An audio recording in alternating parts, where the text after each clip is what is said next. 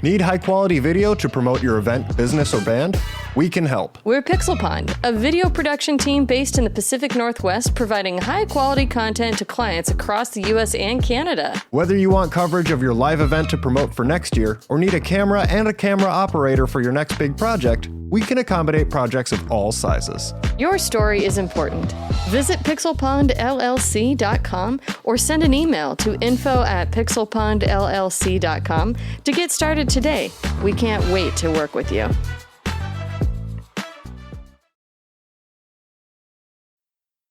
This time on Gamers Week podcast. Billy Mitchell's the type of guy that will wear the tie of the hot sauce he's trying to promote. Don't be that guy. Don't be that guy. Yeah. I've always wanted to try that sauce. Really? Just to say I have. Not like the... And I'll just be like, yeah, I've had Billy Mitchell's hot sauce. That sounds like a euphemism. I've had Billy Mitchell sauce. Yeah. What? That's why I put hot in front of it. Thank you very much.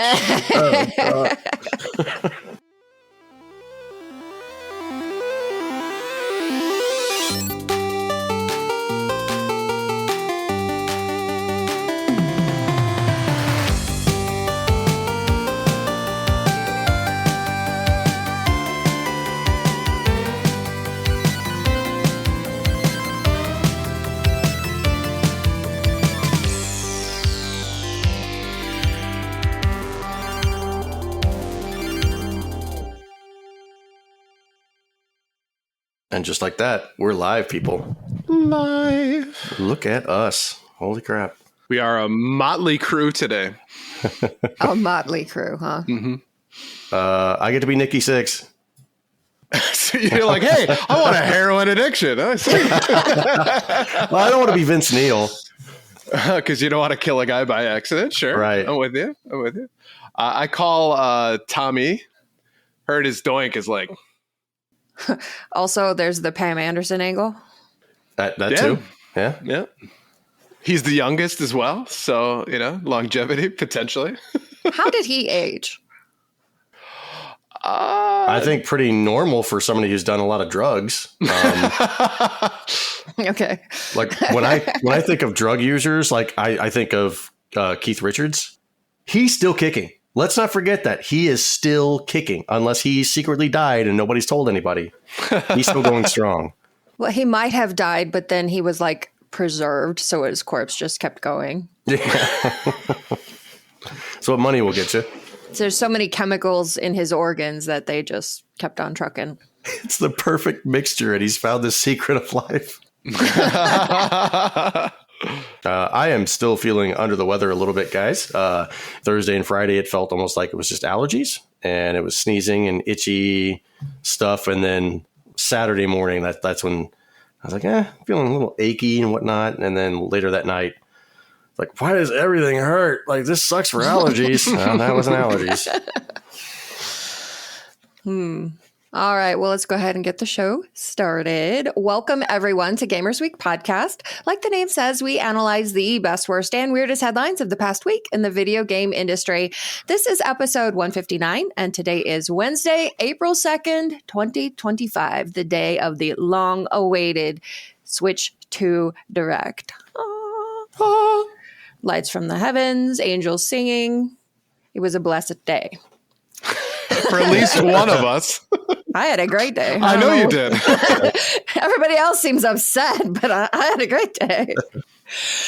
All right, thanks everyone for tuning in. My name is Blue Williams, and I'll be your host for this evening. But as you can see, I'm not alone. I do have my two fine co-hosts with me. Please wish better luck next time to my first co-host, who recently pitched an original jingle to the Monsanto company and was devastated when they passed on it. Everyone say hello to Ryan Payne, a.k.a. Retrogamebrews. All right, so if you take Don't Stand So from the police and you just change that to Monsanto, it made me laugh. So instead of Don't Stand So, it's Monsanto, right?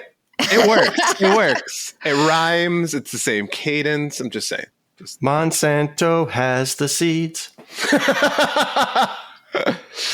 And when he shared this with us, I asked if he was high. And my response was, I wish. So he came up with that all on his own, everyone. Mm-hmm. Sober as a judge. Proud of you, buddy. And be sure to send get well wishes to my second co-host who had to cancel his weekend reservations at the Swinger Mansion when he suddenly got COVID. Instead, you can tune into his burlesque live stream called Panties and Pax Lovid. Everyone say hello to the one and only Donnie G. There's two things you don't go to the Swingers Mansion with, and that's COVID and diarrhea. You just don't do it. Those are the only two things? You stay home. All right. Let's get everything started with our reviews, reactions, and requests. Gaming Again says, it's fun to imagine Goth Blue quoting My Little Pony. and like I replied on Blue Sky, that was my jam. Back in the second half of the 80s. God, I loved it. Was Blue a goth back then or not yet? Have you not yet reached that status? I had not yet reached that status at 6 years old. Okay. But the signs were there. I mean, I loved the Care Bears, Strawberry Shortcake, Rainbow Bright, My Little Pony. I loved all that stuff. But I didn't want to wear the dresses or play with dolls or anything. So envisioning a 6-year-old goth and like, naps are pain. I want the chocolate milk because it's dark. Extra dark, like my soul. Like me. NFT League comments, hey fam, can you send me your project link in inbox?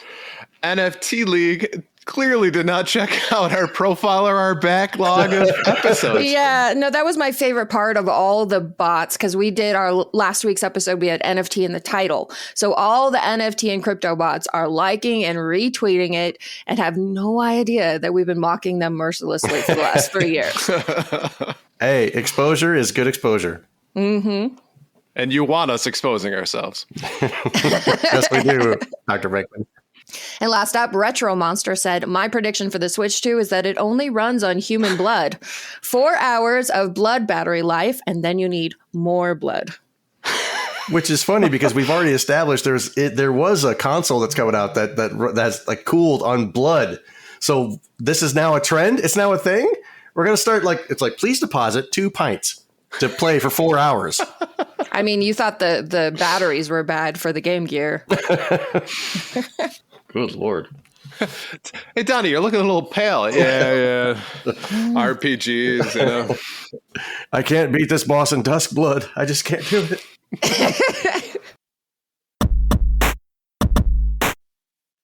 All right, let's move on to our patron shoutouts. All right, we couldn't do what we do without the help of our gorgeous patrons. Here's some of the generous folks supporting Gamers Week on Patreon.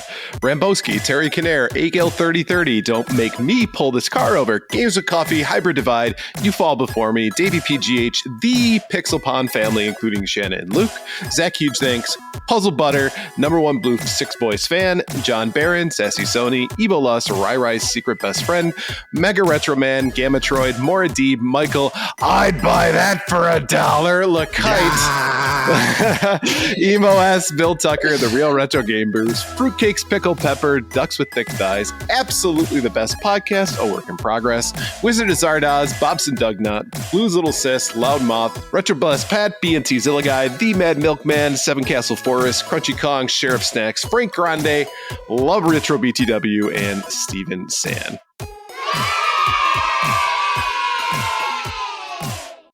If you like what you hear today, we really hope that you do, please consider joining us on Patreon. Your support helps cover the cost of producing the show, as well as other cool stuff we'll be doing like prizes and giveaways. You also get access to our bi-weekly patron-only bonus cast, Gamers Week Uncut, patrons with benefits. Visit patreon.com or follow the link in the show notes to learn more.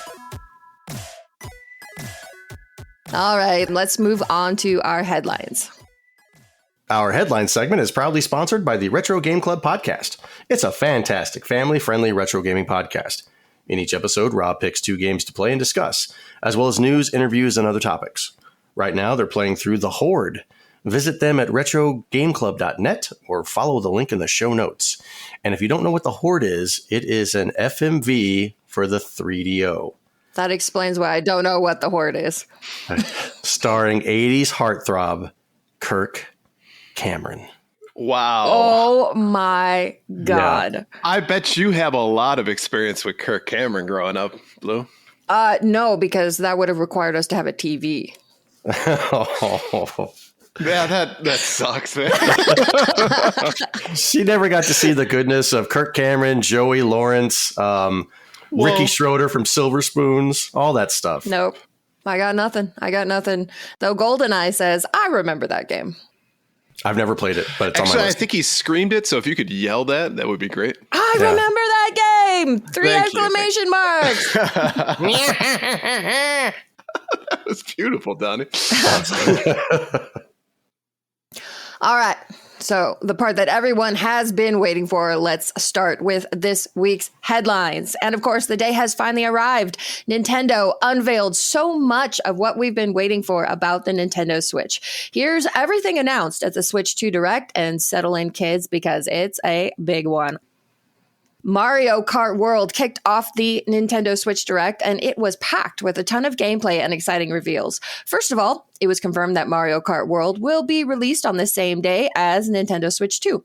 Alongside seeing our favorite characters racing in cars, motorcycles, boats, snowmobiles, and planes, we also saw characters grinding on rails, riding on walls, and more. We were also shown 2 brand new game modes, Knockout Tour and Free Roam. Knockout Tour is an elimination/battle royale style mode where you have to be the last driver racing as you travel across the wide world of this latest Mario Kart.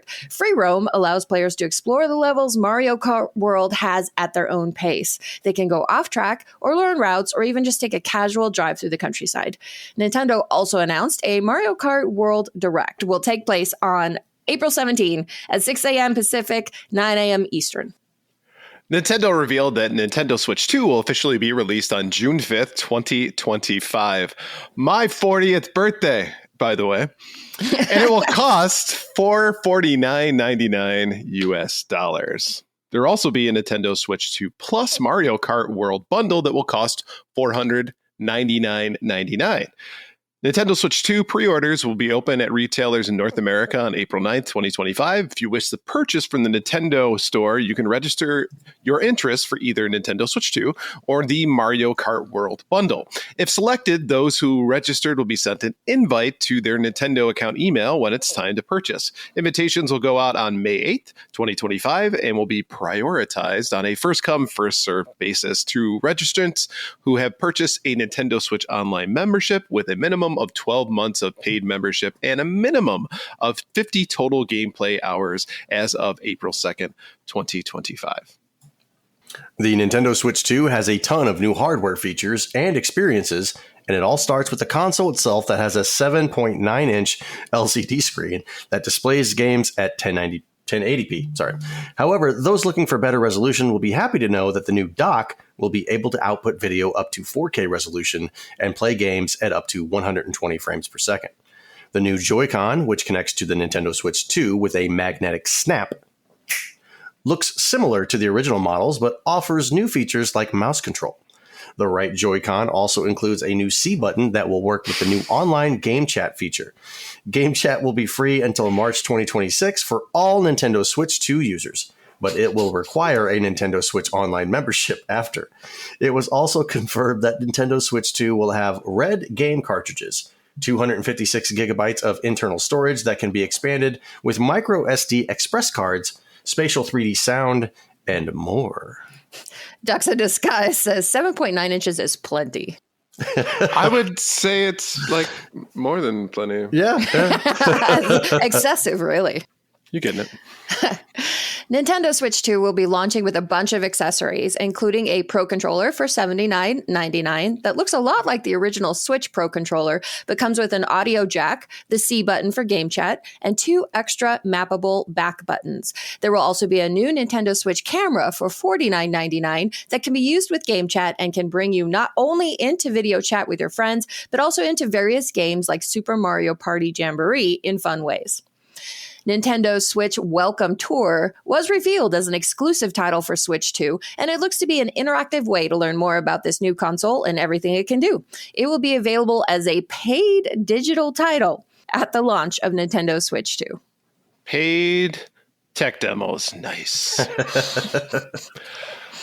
All right, GameCube games are finally coming to Nintendo Switch Online, but they are exclusive to the Nintendo Switch 2. These new games will begin launching when Nintendo Switch 2 is released and include The Legend of Zelda: The Wind Waker. Nintendo will also be releasing as brand new wireless GameCube controller that can be used to play these titles. Nintendo peeled back the curtain a bit on the Nintendo Switch 2 Edition games, including Super Mario Party Jamboree. The expanded version will take advantage of the Switch 2's mouse controls, camera, and voice recognition capabilities, and other games such as The Legend of Zelda Breath of the Wild and Legend of Zelda Tears of the Kingdom, Metroid Prime 4, Beyond, and Pokemon Legend Z through A are also getting Nintendo Switch 2 Edition's enhanced versions. Kirby Air Riders is a new title from Super Smash Bros. Director Masahiro Sakurai that will be racing to Nintendo Switch 2 later in 2025. While we didn't see any gameplay, we did get a glimpse of Kirby on his Warp Star machine and other Kirby Air Riders on different machines. This will be the first Kirby Air Ride game since the original was released on GameCube in 2003. Nintendo and Koei Tecmo are working on a new Musou-style game called Hyrule Warriors: Age of Imprisonment that will serve as a prequel to The Legend of Zelda: Tears of the Kingdom. This will take Zelda and other characters back in time to learn more about the Imprisonment War. Hyrule Warriors: Age of Imprisonment will be released this winter. That's a tongue twister. Hyrule Warriors. Hyrule Warriors. As expected, a whole host of AAA third-party titles will be making appearances on Nintendo's new, more powerful machine. Confirmed titles include Elden Ring, Cyberpunk 2077, Borderlands 4, Hogwarts Legacy, Street Fighter 6, EA Sports FC, Madden, Tony Hawk's Pro Skater 3 and 4, Hitman World of Assassination, Signature Edition, and so much more. In addition, IO Interactive confirmed that the James Bond game currently titled Project 007 will launch on Nintendo Switch 2. Kirby and the Forgotten Land is another title getting the Nintendo Switch 2 Edition treatment, which includes a brand new story called Star-Crossed World that will include new mouthful modes to utilize. The game will also have improved performance when it arrives on Switch 2 on August 28, 2025. Mouthful modes. I know why Blue read this section. From Software announced a brand new title, The Dusk Bloods, which appears to be centered around vampires or similar creatures and features a range of familiar From Software mechanics and gameplay. However, the real twist in this game's press release, developed for the upcoming Nintendo Switch 2. Duskbloods is a PvPvE title with online multiplayer at its core, where up to 8 players vie for supremacy among themselves and against challenging foes. The Duskbloods will be released in 2026 as a Nintendo Switch 2 exclusive. Familiar software mechanics and gameplay. What, like dying every single time? Yeah. So you know it. Yes, I do. I'm very familiar with it. While not mentioned in the Direct itself and is instead buried in the fine print of Nintendo's website, the company is also introducing game key cards for some physical Switch 2 games. According to the description, game key cards will unlock a download of the game when you insert the card, which looks like a standard Switch 2 cartridge, and connect to the internet. However, as per the title, the card itself is merely a key and doesn't hold the game data, at least not the full game data. Yet it must be inserted in the Switch 2 card slot if you want to play the digital game. We're still looking for the upside here. Exactly. And the last big trailer for Nintendo Switch was Donkey Kong Bananza, a new 3D platforming game that sees Donkey Kong smashing and digging and jumping through a wide range of levels. What's even more exciting is that Donkey Kong Bananza will be released on July 17th, 2025, 2 days after my birthday. GoldenEye says Duskbloods, also known as Redfall 2. Let's not lump them in together. Ugh. So, this was meant to be a happy day. But as it has turned out, if you've spent any time online today, you will know that this Direct has been perhaps the most controversial gaming thing that has happened all year, maybe in the last 6 months. I don't know. You either love it or you have never been filled with so much rage in your entire life. I thought it was great. We got to know everything that we needed to know about the Switch 2, when it was going to be released, the price, what games were going to be on it, as well as how powerful it was going to be. So, walking into this, having seen the Nintendo Switch, prototype before this. So we knew it was going to be very similar to the Switch. It's almost like it's an upgraded Switch. I think that was the route to go, because I think if I had jumped into this and just saw the Switch 2 is basically the same thing, I probably would have been bummed, to say the least. But since I already knew that was coming, I could really focus on the fact that it's got some really great games that are coming out for it. I mean, this Mario Kart World Tour, 24 different racers at once. That's huge. That's super fun. I am never going to use the free roam version. So that's your thing. More power to you. But nothing to me would be more boring than just going, let's drive around. It's Mario Kart, but you don't get touched. You don't get blue shelled. You don't get lightning struck. You don't get red shelled or nothing. You can be there without the chaos and drive in peace. What's wrong with that? Exactly. I don't play Mario Kart because it's a cozy game. You play Mario Kart and you got to take your hoodie off because you sweat so much. I take everything off, man. Pixar didn't happen. Ooh. That's a different tier for the Patreon. Sorry. I do like the knockout tour thing, though. That's actually pretty cool. I mean, you got to be on top of your game. And what it also does is it kind of eliminates some of that competition lower on. So I think that would be a fun challenge. I'm pleased with this. So I just wanted to get my opinion out there about Mario Kart before Blue gushes over this. I apologize for gushing. Jesus. I mean, I thought as soon as they opened the Direct 2 with Mario Kart World, like, I didn't care what else they said the rest of the Direct. Like, this is what I need. This is what I want. It looks amazing. There's tons of new stuff. It looks like a truly new Mario Kart. And I know a lot of people are saying, well, they're doing stuff that Diddy Kong Racing did, 30 years ago. And maybe that's true. But for the Mario Kart series, this is brand new. And it looks like it's going to be epic. I am excited for the knockout races. Mm-hmm. If you get to a worldwide online lobby with 24 people, it's going to be blood and carnage, and I'm here for it. It's nuts. And while I'm not especially interested in the free roam, I could see some potential in it, because a lot of the tracks I have wished that, like, if you just want to practice one turn or one shortcut, I wish you didn't have to do the whole race. You could just focus on that one part. And it sounds like that's exactly what you can do with free roam. Also, knowing Nintendo, I'm really hoping that there are some incentives to explore this world, things you can find maybe that will help you in your races, or be other incentives to explore and enjoy what they've created. I hope it's not just driving around for the sake of driving around. So we'll wait and see what they have to say. I know that I should say the hot button topic is the $80 price point for Mario Kart 8. I get it. It's a lot to swallow. If you are a casual Mario Kart player, you play a couple times a year, then okay, probably this isn't for you. But I know for myself, we're going to be playing this Mario Kart title for the next decade, and I am probably going to get easy 1,000 hours out of it. So I'm going to slap down the $80, and I'm not even going to hesitate. And to your point, being rewarded for going around and exploring and driving around and looking at all the levels and stuff like that, that is an incentive for those that people like to explore. Like currently with Elden Ring, which I'm playing, my son is exclaiming about how much inventory I have. He's like, you got all these gear sets and whatnot. And he's like, how did you get those? I'm just going around exploring, looking through caves and every little nook and cranny. Like I'm looking in there because that's what this game is designed to do.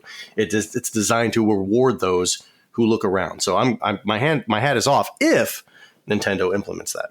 Mm-hmm. I will say for me, it just struck me as like, oh, you can do this and then take pictures in photo mode. So it's supposed to be like it's like adding a cozy element to the game. Yeah. Which is the antithesis of Mario Kart.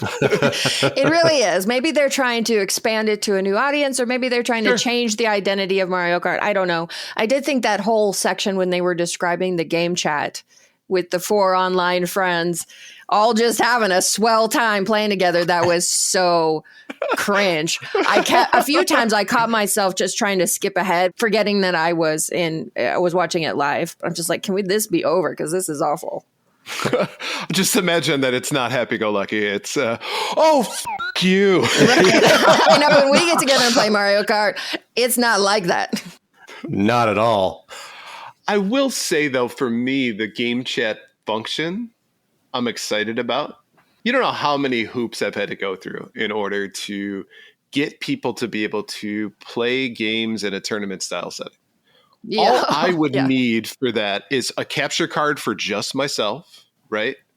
And then I would be able to set this up so that I could see everybody's screen. I can do that on my computer. Everything's set up. It's just one piece of technology that needs to work.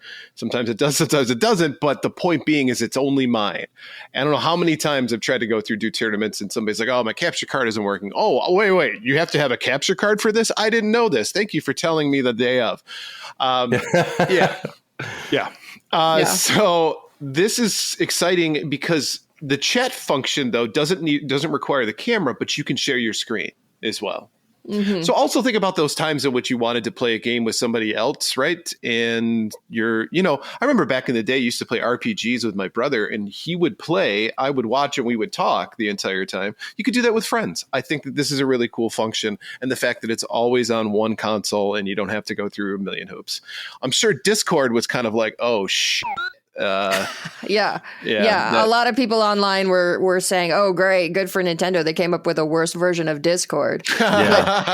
This is for a lot bigger of an audience than just hardcore gamers who even know what Discord is. Do you know how many people in my everyday life that I mentioned, oh, and the Discord this, and they're like, what's Discord?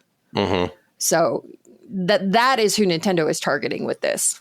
The earlier chat platforms, the voice chat platforms and stuff like that for multiplayer gaming, like I don't even remember what those are, but I do remember using some for like World of Warcraft. So when somebody told me what this, like, oh, just join this, I'm like, what the hell is that? Right. Oh, then I have to do subsequent research to figure out what that was. So yeah, there's plenty of people who don't even know what Discord is. Mm-hmm, mm-hmm. Let's move on to the price point of the console itself. $450 or $500 if you get the bundle with the digital version of Mario Kart Tour. So a discount. Yeah, it is. It's $30 off. But it's a digital download too, so there's a difference in price between digital and physical, if I remember right too. They announced physical's $80, digital's like $60. Bucks. Thank you guys. So it's a $10 discount. Thank you, Tommy. But the point being is this is a console that appears to, at least at face value, to be somewhere in the realm of what you would expect between like a PlayStation 4 Pro. It's 1080p, it's up to 4K resolution, and they're bringing a lot of titles that were on those consoles to Nintendo now. They're pulling a Wii U, but from everyone else's consoles this time rather than their own. So it appears that this is going to be a pretty badass machine for what it's worth. So I can see paying a little bit extra for that. When you're stuck at 32 gigs, right? And you're stuck at 720p at barely 60 frames per second, I understand why it's $300. But you're going to pay a little bit more if you want an upgrade. So do you think that Nintendo is done with being in the backseat as far as quality and when it comes to graphics and whatnot? You're shaking your head, but what I'm saying is, are they done with not being up there and playing at the big table with Sony and Microsoft as far as like all these AAA titles that they can't run on a Switch? Well, now that they can. Yeah, the old Gunpei Yokoi weather technology with different, what I think is, I mean, they're just playing catch up again, it seems like. Because let's be honest with you, PlayStation 6 and Xbox Series AA or whatever the hell they come up with, dongle probably too. Dongle. That life cycle is going to be fairly soon as well. So they're going to be behind the 8 ball again. I mean, this is pretty damn beefy for a Nintendo console. And I think that what they're doing is they're planning for the next 8 to 10 years to where this is going to tie them over. By the end of its life cycle, it's going to feel weenie. But right now, we're paying a little extra up front for the most power that we've ever gotten out of a Nintendo console. Like, what surprised me is when Sony announces a $700 PS Pro, and this is all just my subjective experience of being online and seeing reactions to these things, but Sony announces a $700 PS5 Pro, and people laugh at it. They have fun with it. They're making memes. It's a joke. Nintendo announces a $450 Switch 2, and people are pissed. Right. They're disappointed. They have never been more angry. They're never playing Nintendo again. And it's just a little bit weird. I mean, yeah, Nintendo's strategy has always been, we're going to price things and err on the affordable side because we know we'll sell more in the long run. But we are in a current economic situation where everything is more expensive. And I don't think you can ignore the political situation either, which we don't want to get into, but is making things more expensive and likely to do a hell of a lot more of that in the future. And the fact that Nintendo, this time, there is a Japanese only region locked Switch that they're selling for what's the equivalent of about $300. And then if you're in Japan and you want to get the unlocked version, then you're paying the same $450 that everybody else is paying. I think that says a lot about what influence went into the pricing of this console. So if everybody's saying, well, Nintendo's just trying to push the boundaries, they're greedy, blah, blah, blah. Those are not invalid criticisms, but I think at least be fair and look at the whole picture of what went into them probably deciding this price. Exactly. And $299 when the original Switch came out, for a console that you knew that you weren't going to be able to play most AAA titles because they weren't going to work well. Now you get a powerhouse. That extra money that you're going to spend on this is for the capability to be able to play those AAA games. Teakin85 says, unpopular opinion. I think we've gotten spoiled with game prices. They stayed so steady for so long and seemed impervious to general inflation. And now they're playing super catch up and it seems jarring. I agree in the sense that we've had the same prices since the 90s. Realistically. Yeah, and even then we've experienced games that were $69 and $79 and stuff like that, but then they came back down. It's tough to swallow along with everything else in the world skyrocketing. Yeah, I know. And then you used to be able to count on this thing of being able to afford this thing. And now you can afford less of this thing, just like you afford less of everything else. Right. And in the video game industry, we see that most of these big publishing houses, it doesn't look like they're using the money well, which makes it even harder to feel good about spending $80 on a game versus $60 on a game. Well, and it sounds like they're discounting digital games too. So maybe they're trying to encourage you. Hey, maybe, but get then off that physical stuff. Let's talk about these friggin', where are they? The cards. Game key cards. What the hell is this? So you want me to buy a physical product that doesn't do anything. Like an old physical PC game. Right. That just has a download code in it.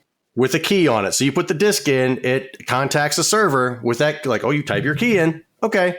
What's the point of the disc? Why don't you just make it download? That's completely absurd and bat crazy. And I think this probably will not catch on and Nintendo will scrap it. Well, fingers crossed, because it's the worst characteristics of physical games and digital games, and you put them together. Right. There's nothing good about it. No one asked for this. Literally no one asked for this. I mean, we're still in speculation mode, though, with this one. So I'm curious as to how it pans out, or if it even becomes popular. It said with some physical games, my guess is that it's going to be so unpopular that it will come out with a few of them. People will hate it. People won't buy it. And then they're back to their old ways. But then again, Nintendo is traditionally stubborn. So we shall see. But that has been the most discussion I've seen online, outside of just going, I'm mad, price too big. The thing that I think most people are upset, and they're calling this the death of physical media, like going to that route. I think that's a little dramatic. I think we've seen a lot bigger steps towards physical media. And like we discussed last week, I'm pretty sure it's inevitable because the publishing houses cannot wait to get rid of the secondhand market. They've hated it since the beginning. Yeah, because they don't get that revenue. Right. But this is just ridiculous. And like Simon Asher says in the chat, so the game key cards contact a server. So that means the card's use will expire in 8 years. Really? Well, I mean, if there's no server to contact, if you have to download the game. I just hadn't thought about that, but you're right. And if you think about that, so sell me this at an extreme discount and maybe I'll be happy. Yeah. Because if you think about all the other stores that Nintendo has had that have shut down, like the 3DS and whatnot, there will come a time eventually when the Switch 2 store will shut down. It's like, oh, any games that you had that want to talk to that, We don't know what to tell you. You don't own them anymore.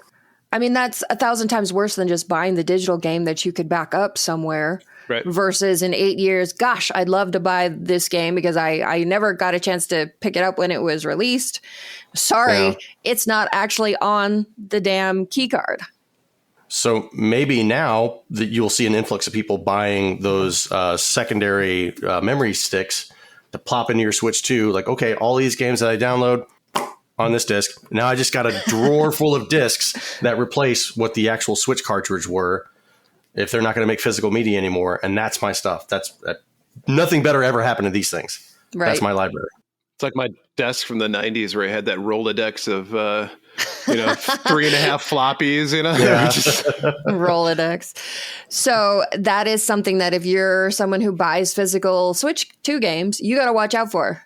Are you actually getting the game or are you getting this game key card?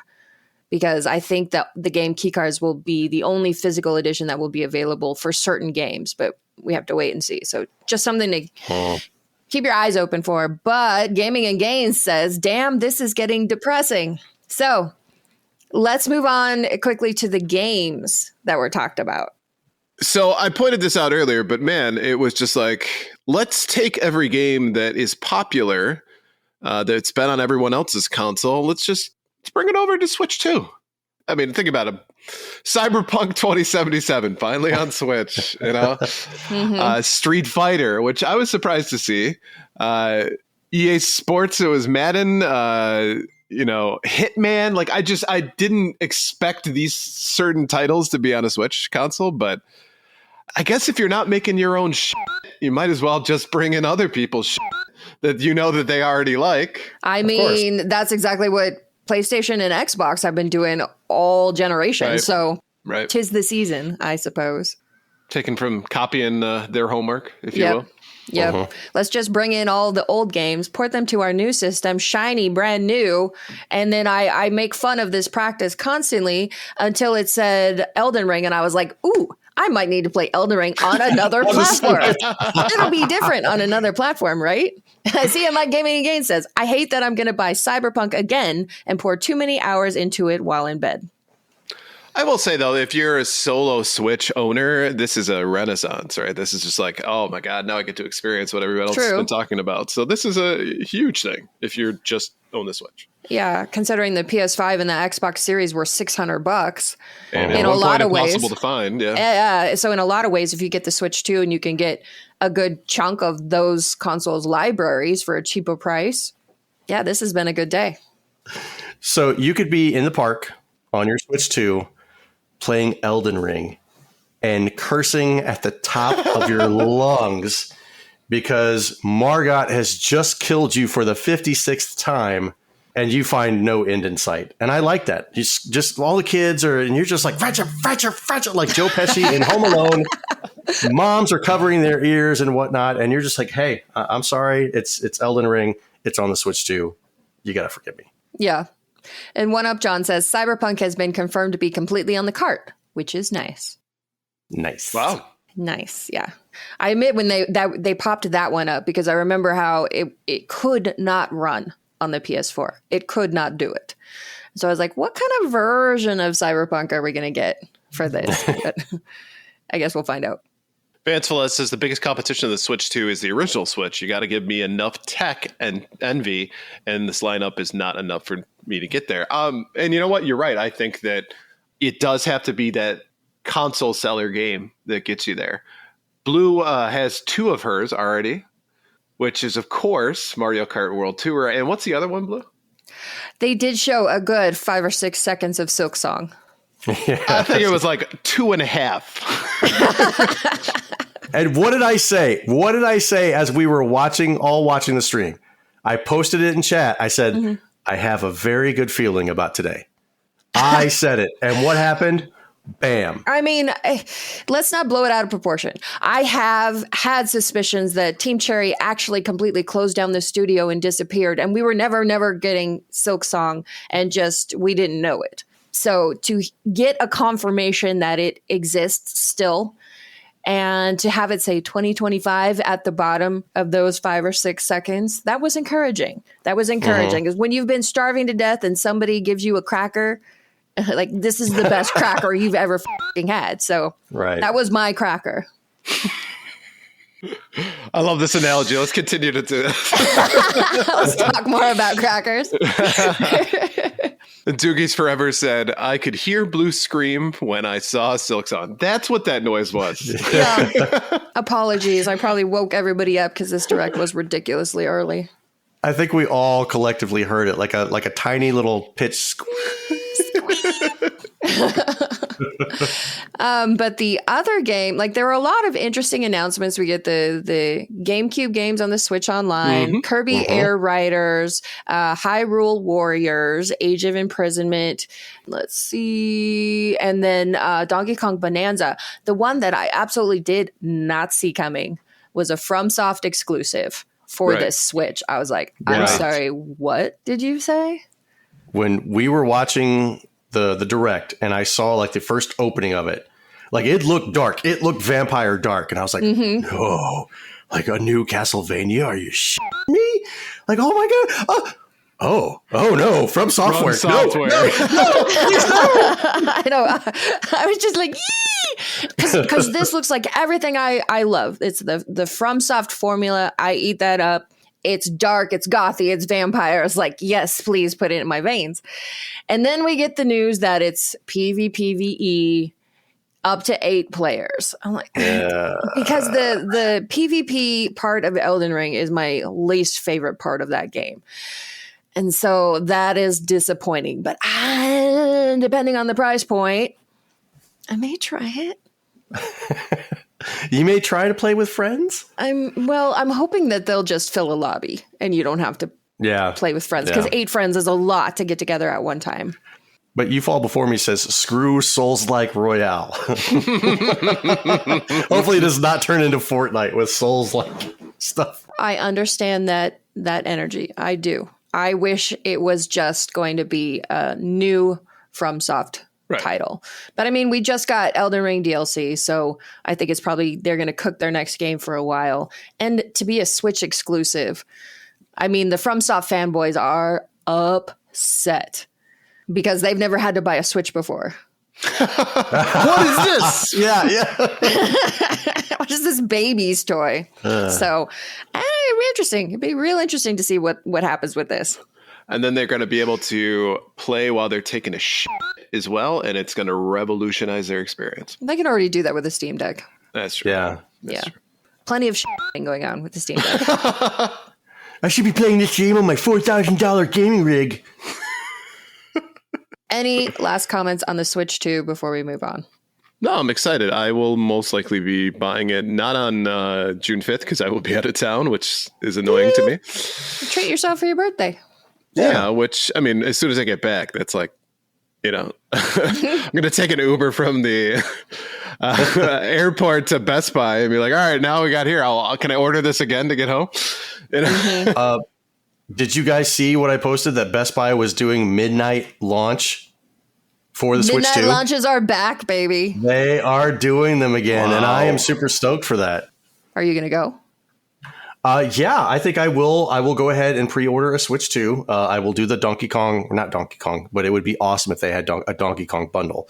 I will do the Mario Kart bundle. I was pleasantly surprised when I saw it. I was like, maybe I don't need a Switch 2. I play my Switch, but it's not enough. But there are some quality games here that I want to play. And if they're only available on the Switch 2, well, I mean, the only logical thing to do is get the Switch 2. Right. And if you're upset about the price and upset about many things, you really don't have to get it. And that's completely you can fine. totally bypass it. All right. Next up, an Australian court has ordered YouTuber Karl Jobst to pay 380,000 Australian dollars, which is around 237,000 US dollars, in damages to celebrity arcade gamer Billy Mitchell relating to defamatory comments made by Jobst in a video published in 2021. Mitchell is notoriously litigious, with one of his lawsuits being against the late YouTuber Benjamin Smith, aka Apollo Legend, who had recorded several videos claiming Mitchell Mitchell had cheated in his gaming world records. Jobst's video implied that Mitchell's settlement with Smith involved the latter paying him a large sum of money, ultimately leading to his suicide in 2020. It was this, and not any claim about the legitimacy of Mitchell's Donkey Kong scores, that prompted Mitchell to sue Jobst. According to Judge Ken Barlow, the 2020 settlement between Mitchell and Smith never involved the exchange of money at all. Smith was required to remove all YouTube videos and social media posts relating to Mitchell, assign copyright of those removed videos to Mitchell, and to cease publishing about Mitchell or face a $25,000 fine for each breach. The judge pointed out that over 500,000 people had downloaded Jobst's offending video, and that it had resulted in many comments accusing Mitchell of murder, among other things. Judge Barlow also brought to attention Jobst's audacity. After receiving a concerns notice from Mitchell's lawyer in 2021, Jobst had posted on Twitter that the claim was exciting and that the case would be an amazing experience.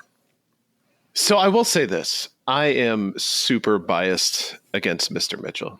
I wanted personally this to fail, right? Because of what he represents, I think, from a gaming community perspective. He is the toxic version of the gamer that we all hate, right? He is somebody who has used illegitimate means, or at least allegedly. Let me do that so I don't have an to pay. Opinion. Don't sue. It's an opinion.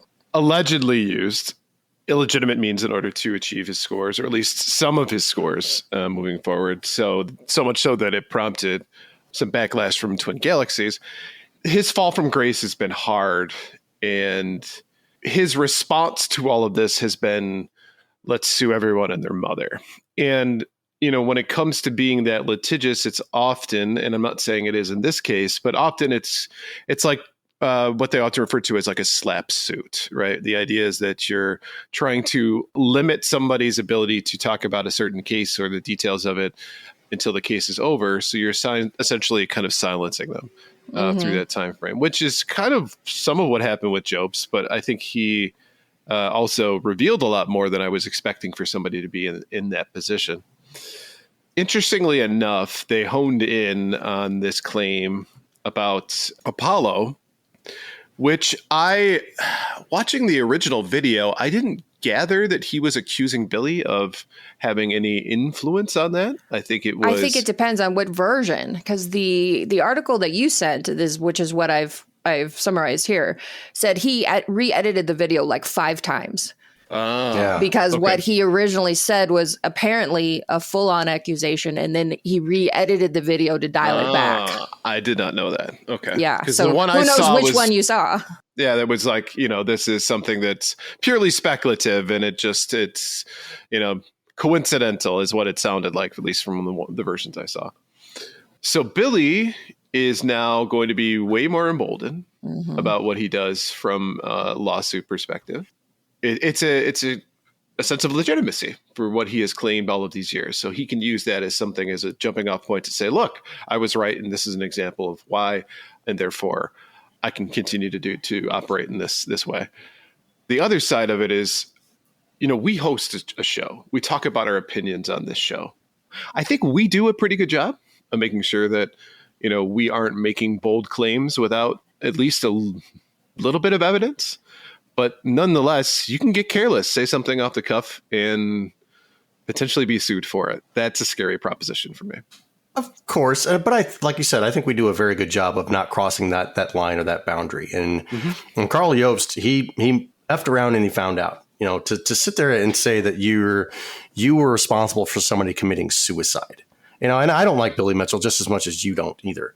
But that's taking it a little bit too far. And when you say these words out there on the internet for millions of people to see, it's going to potentially sway their opinion about somebody who may or may not even know Billy Mitchell and what he's done or what have you. But to start spreading false accusations that, this guy was responsible for this YouTuber killing himself because he said all these bad things about him and yada, yada, yada. Well, once you start spreading that, if you don't know the effing truth, then you get what you effing deserve.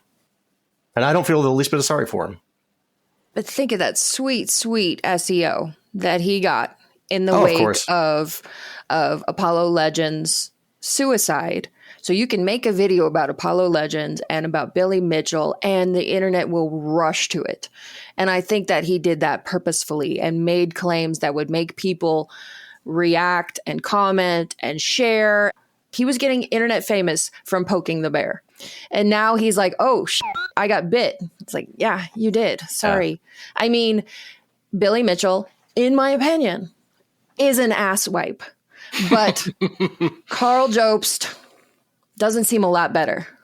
And I will admit, I like Karl because of other things that he's done. He's actually been the one person that does a lot of exposés on confirmed cheaters, is what I'll say.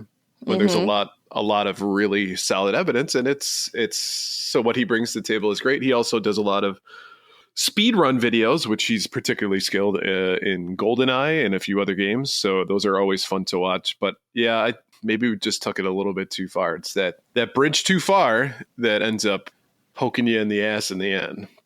But you know what? It's to your point, maybe it was just too lucrative to ignore. I'm thinking he tried to profit off the situation that had nothing to do with him. Yeah. Stuck his nose in and, like you said, effed around and found out. Billy Mitchell's the type of guy that will wear the tie of the hot sauce he's trying to promote. Don't be that guy. Don't be that guy. Yeah. I've always wanted to try that sauce. Really? Just to say I have. Not like that. And I'll just be like, yeah, I've had Billy Mitchell's hot sauce. That sounds like a euphemism. I've had Billy Mitchell sauce. Yeah. What? That's why I put hot in front of it. Thank you very much. All right, and last up, Palworld developer Pocketpair is absolutely making a visual novel. Pointedly announced March 31st, not April 1st, the game has a Steam page and everything, and I did go online today and verify the Steam page is still there on April 2nd. You, the protagonist, enroll as a transfer student in the prestigious Palpagos Private Academy. You will meet unique pals and enjoy school life through friendship and romance. It's up to you whether you stay friends with the pals, develop romantic relationships with them, or even dismember and eat them. What? Palworld itself isn't any stranger to dark humor. You can cook pals or just overwork them, but the cast of the upcoming visual novel, Palworld, More Than Just Pals, are fully anthropomorphized with clothes and the capacity for human speech. Why can you dismember and eat them? The trailer itself gives a glimpse at the kind of scenes this accursed creation will provide, like getting caught staring at school nurse Saya's chest or petting Chillet while they make suggestive noises. As of yet, Palworld, More Than Just Pals, doesn't have a release date, so we'll be safe from it for a while longer. So I love that this is Pokemon with guns and they're taking it to that next level. Like, how can we piss off Nintendo even more after they sued us? Let's make a game that is so far away from the squeaky clean image of Pokemon. Gaming Again says, I had no interest until it said we get to eat them. This game has everything. Cannibalism, teacher's breasts, guns, Dan Cortez. Vance Velez, going back to our last topic, Vance Velez says, I will always remember Billy Mitchell for Pac-Man. He'll always remember himself for Pac-Man too. Yeah, Conker's Bad Fur Day multiplayer might be better, right? This is in the realm of Conker's. I think it takes it one extra step though. Mm-hmm. I don't know if there was any cannibalism in Conker's that I can remember. It doesn't have a Mighty Pooh that they have announced that you know yet. of. Yeah. Right. Yeah. So I will say that I think they know exactly what they're developing. This is meant to be ridiculous and a parody of visual novels and probably a parody of their own product, but didn't they say they got like $1 billion for the game and it was like gross profit of it was just insane? So now they're just playing with house money and they can just do whatever they want. Pretty much. That's like a developer's dream. It was like, hey, this is what we're going to do. Throw money at it. Yes. Go. Make the thing. So you can then eat it. I mean... Sometimes you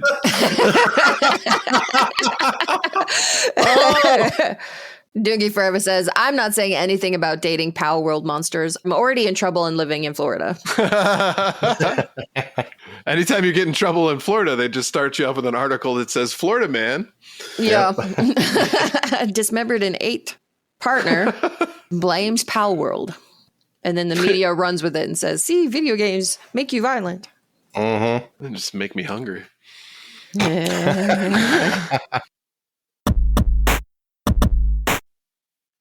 All right, let's move on to our top 3 new releases.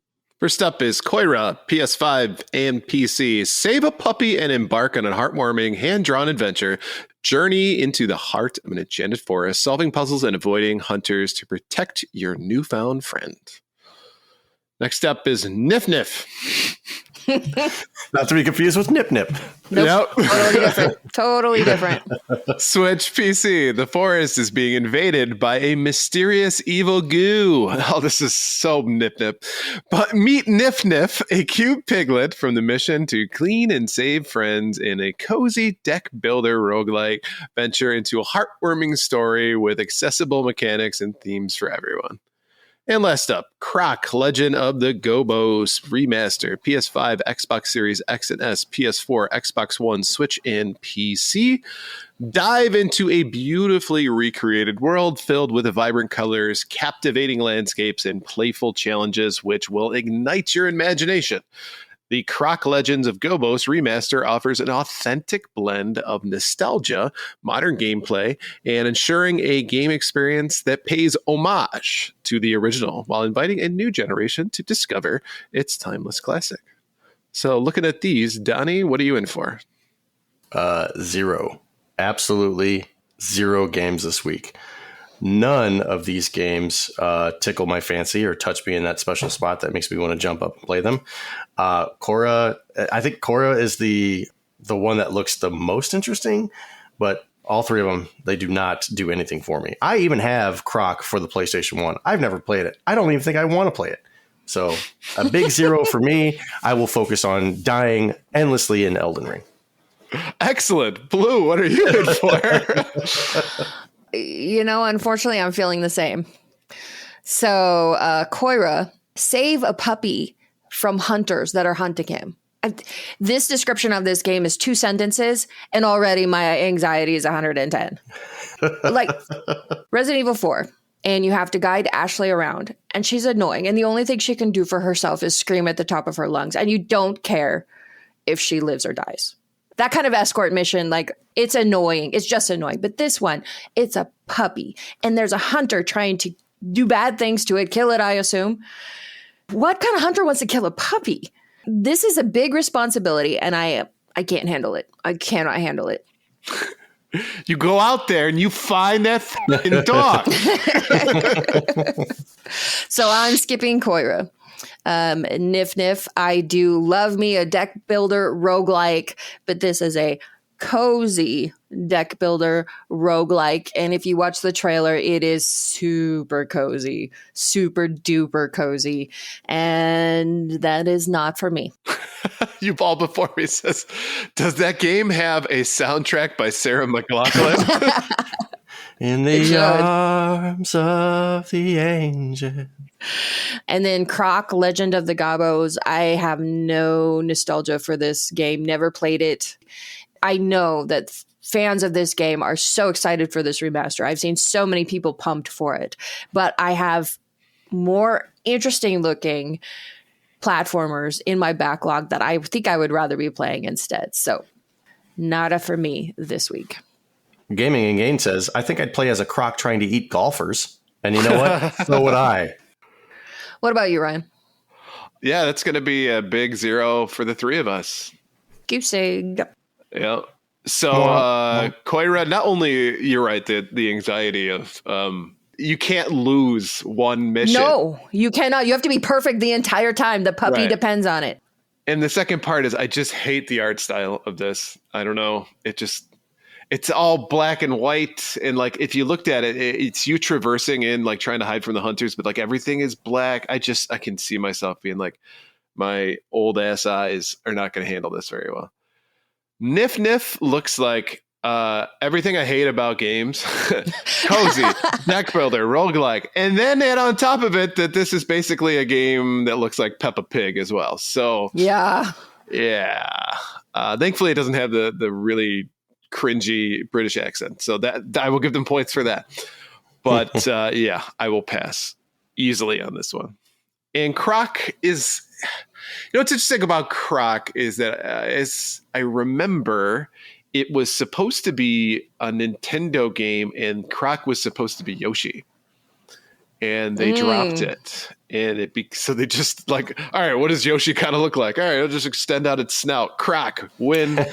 Which, I mean, yeah, you're right. There are quite a few people who are fans of this game and have been for a while. So excited for them. I've never really even touched it. So Croc of shit is more like it.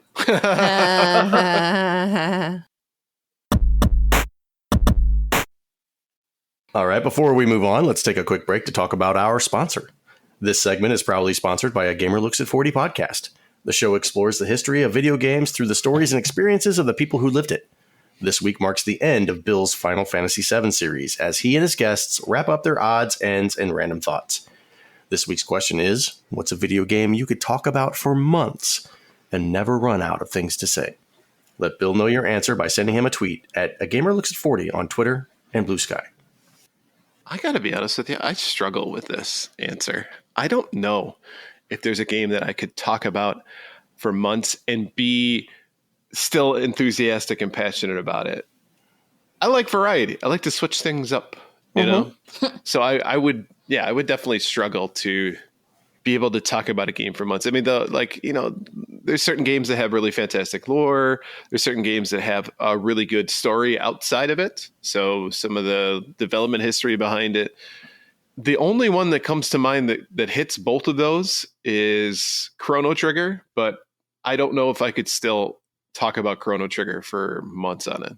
So Gaming Again says the original Legend of Zelda. I've been talking about it for 35 years. Bag Magnet says Kingdom Hearts, Sonic CD, Final Fantasy 12. Like how many ones are after that?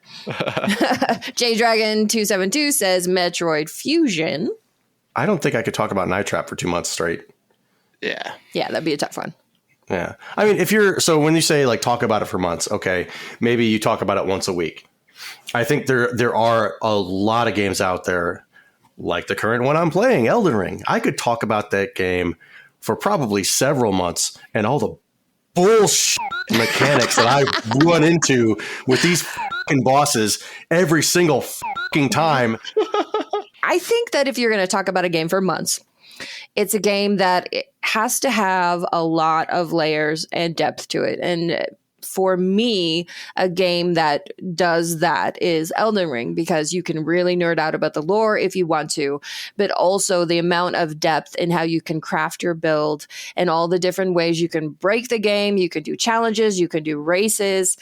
You could talk about that game every day for months and not run out of things to say. But as a second place, I will say Mario Kart. Soon to be Mario Kart World, because there's all kinds of ways to optimize your build. You can talk about what lines to take in the tracks. You can discuss world record strats. You can practice NISCs and all that kind of stuff. So I think those two would be my choices. And Clayman says, I'll still talk about Elden Ring with you, Donnie. Call me anytime.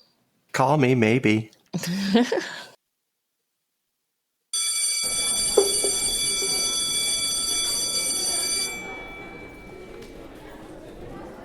All right. Well, thank you for coming, students. Please take your seats and welcome back to Professor Rybread's Gaming History 101. And in today's lesson, we're going to talk a little bit about a phenomenon that has annoyed me since I started gaming back on the NES.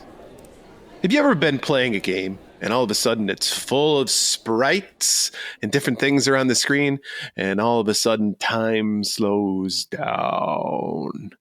Well, that is actually a result of the fact that the processor on old consoles can't handle as many sprites on the screen that are currently available. You see examples of that, especially in space shooters, or if Bowser throws out too many hammers towards the end of a level in Mario Brothers. So today we're going to talk about one particular console that has seen a resurgence of this. And, it started off, of course, with an early history of it, but we're going to take a look at what it takes to overclock your Super Nintendo Entertainment System. So look at this, Donnie. You asked for something, and you shall receive. You shall receive. Oof. So overclocking itself, right? It's essentially a technique that's probably more associated with personal computers, right? People overclock their PCs quite often. And the idea is that you're going to try to force your computer to work at a higher rate than it normally would. Now, that's a good thing in certain instances because that means that your computer is able to process more information and run it a little bit more smoothly. It also runs the risk, though, because there are some side effects to overclocking as well that could potentially break your system or overheat it. So it's a bit of a gamble. But as tech enthusiasts and gamers have kind of started to go back and tinker with old systems, they discovered that you can actually modify the clock crystal oscillator inside the Super Nintendo and can boost its CPU performance. The SNES finally has blast processing. So if we look at it, I mean, there's a lot of technical things that you can get into this, but one of the things that I will say is that the stock, running speed for a Super Nintendo is somewhere between 2.6 megahertz and above. So if you really want to nerd into it, right, it can be adjusted all the way up to utilizing this method to right around about 3.5 megahertz, not gigahertz, megahertz. So Clayman says, say clock crystal oscillator 10 times fast. Clock crystal oscillator, clock crystal oscillator, clock crystal oscillator. Nope. I got three. Nope. You're losing it. But, this is something that I think modern gamers have kind of looked back and started doing, but this wasn't the first attempt at providing overclocking for a Super Nintendo. So some of the earliest recorded modifications actually involved groups of enthusiasts in kind of the late 90s who were experimenting with overclocking NES or Super NES consoles at local LAN parties. And the event was typically associated with PC gaming. So, if you already know how to do overclocking, it just makes sense that you would try to do it with your old systems. So stories emerged of modders showing off their modified system running Gradius 3 without the usual heavy slowdown, leading to excitement in kind of niche gaming communities. And that's one of the problems. I mean, I remember we did an RGB high score with R-Type, Super R-Type. And there are definite sections throughout that entire game where no matter what, it's going to slow down. Uh-huh. So with that in mind, slowing down can be either a curse or a blessing. In Super R-Type, sometimes that's a good thing because that means you have time to dodge things as they come through. But it's also frustrating, right? And don't forget UN Squadron as well. That's another game that has to slow down, which has helped me immensely, but I still can't beat that game. So Donnie is not going to be looking to overclock his Super Nintendo anytime soon. No! So by the mid-2000s, online forums like Beck Health's Forum, NES Dev, and Assembler Games became gathering places for hardware modders to discuss ways to overclock the SNES safely. Their goals were to reduce slow time in games like Gradius, Super R-Type, and Mega Man X, finding ways to make overclocking toggable via a switch, and understanding the impact of faster clock speeds on the SNES's various subsystems. So during those periods, modders such as Bacteria and Vile Tim pioneered different techniques, including bypassing the system's wait states and designing circuit modifications to allow more precise overclocking. However, a key challenge remained: increasing the SNES's clock speed without breaking compatibility with certain games or introducing glitches. I'm just imagining putting it into the system and you get the glitch gremlin immediately, or it just and potentially fries everything. Is that the technical term for it? Yes. Feel free to spell that out anytime you like. Oh, no. Looks like you got a over there. All right. Interesting moment, though, in the history of the Super Nintendo. Overclocking occurred in 2006 when a dedicated modder claimed to have run an SNES at nearly double its normal speed using an aggressive crystal swap. So while the modifications initially seemed successful, the system actually quickly overheated and eventually corrupted the graphics of Legend of Zelda: Link to the Past, proving that there are limits to how far the SNES could be pushed. So if we jump forward to the 2010s, as technology improved and knowledge about the Super Nintendo hardware deepened, there were breakthroughs that emerged in the world of Super Nintendo overclocking. So YouTube and social media definitely helped and provided platform modders with an opportunity to share what they were doing, and more players became interested in boosting their Super Nintendo performance. So some of the most notable achievements during that time included dynamic overclocking. Instead of a permanent overclock, modders found a ways to allow users to again switch between normal and high clock settings. It improved stability, while early overclocking attempts led to graphical glitches. Better understanding of this Super Nintendo's timing mechanisms allowed them more stable modifications. And emulator-based overclocking, so the BSNES and the SNES 9X emulators added options to simulate overclocking, letting players experience improved performance without actually modifying any hardware. So in 2013, a YouTube demonstrated overclocking a Super Nintendo system running Super Mario World with an astonishing smooth frame rate, prompting excitement in the community. However, they're also discovered that certain animations, such as Mario's spin jump, appeared broken due to the game's reliance on the original timing of the SNES hardware. So during that time period, the rise of FPGA, Field Programmable Gate Array. Hey! I've heard of that. Yes. SNES clones, such as the Framemeister, also allowed for testing overclocking in a controlled environment, further advancing the modding scene. The Framemeister. Making a copy. Speeding up the SNES. In recent years, so the SNES overclocking has even become more accessible thanks to modern advancements in 3D printing, PCB design, and microcontrolled based solutions. So some of the modders have developed plug-and-play overclocking kits, limiting the need for excessive soldering. And additionally, relying on overclocking, some enthusiasts have started working on software level fixes. So ROM hacks now exist that remove artificial slowdown in many of the SNES games, achieving the same result without having to alter the console's hardware. A particularly notable development was the creation of the custom ROM patch for Contra 3: The Alien Wars, which eliminated slowdown in chaotic scenes without overclocking. So this actually sparked debate in the community about whether hardware modification was even necessary when software optimization could achieve similar results. So as we kind of look forward to this, what was started in obviously the mid to late 90s and grown into kind of a well-documented, highly technical modding field and created communities around this. The knowledge gained from the SNES has also influenced modders for other things like the N64 or even PlayStation 1.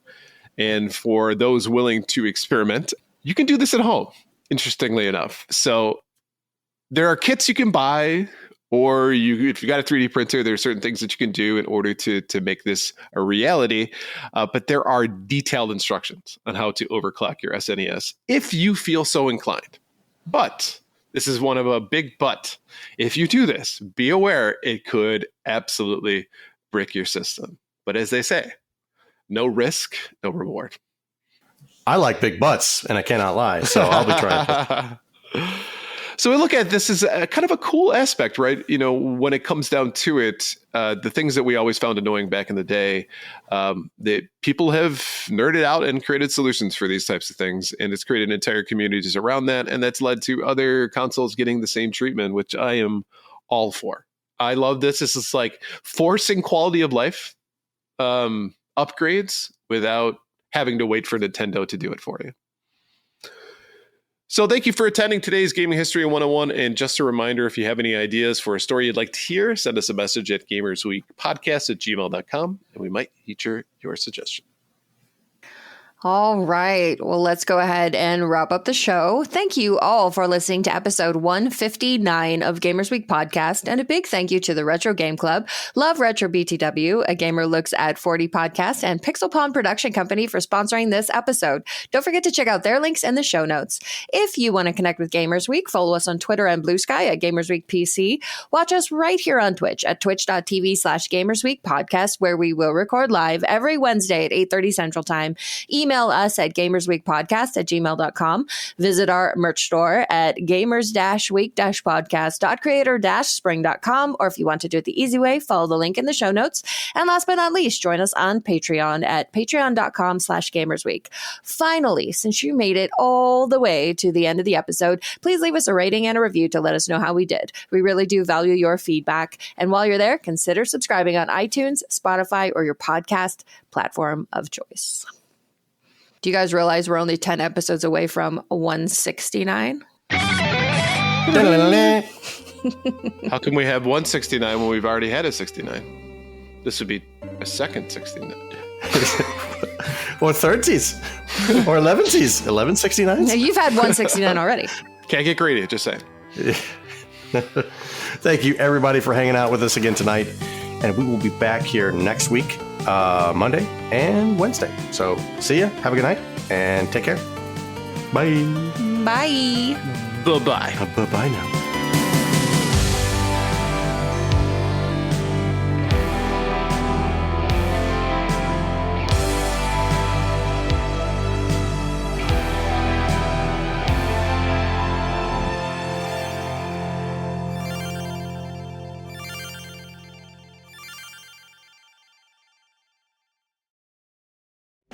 Monsanto, Monsanto, Monsanto has the seed. Monsanto, Monsanto, Monsanto has the seed. Monsanto, Monsanto. Monsanto has the seed. Welcome to Gamers Week Uncut. Welcome to Gamers Week Uncut. Welcome to Gamers Week Uncut, Patrons with Benefits. This is the unscripted, patron-only bonus cast with less editing and more dirty jokes. We don't know where the conversation will go, but we're sure it will be weird.